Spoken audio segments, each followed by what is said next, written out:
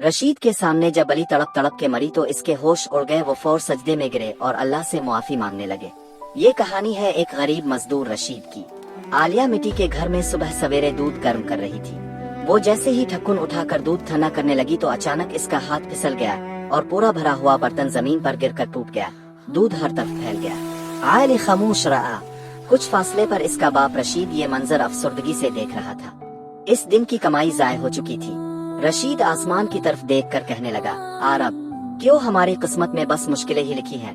कुछ देर बाद आलिया ने दोबारा सामान उठाया और खामोशी से चलने लगी, मगर रास्ते में वो लड़खड़ा कर गिर पड़ी। बर्तन फिर टूट गया। इसी लम्हे एक बिल्ली कहीं से आई और दूध चाटने लगी, मगर कुछ ही देर बाद बिल्ली तड़प कर मर गई। आलिया ने बर्तन के अंदर देखा तो एक मोटा छिपकली तीर रही थी। रशीद के दिल पर लर्जा तारी हो गया, आंखों से आंसू बहने लगे।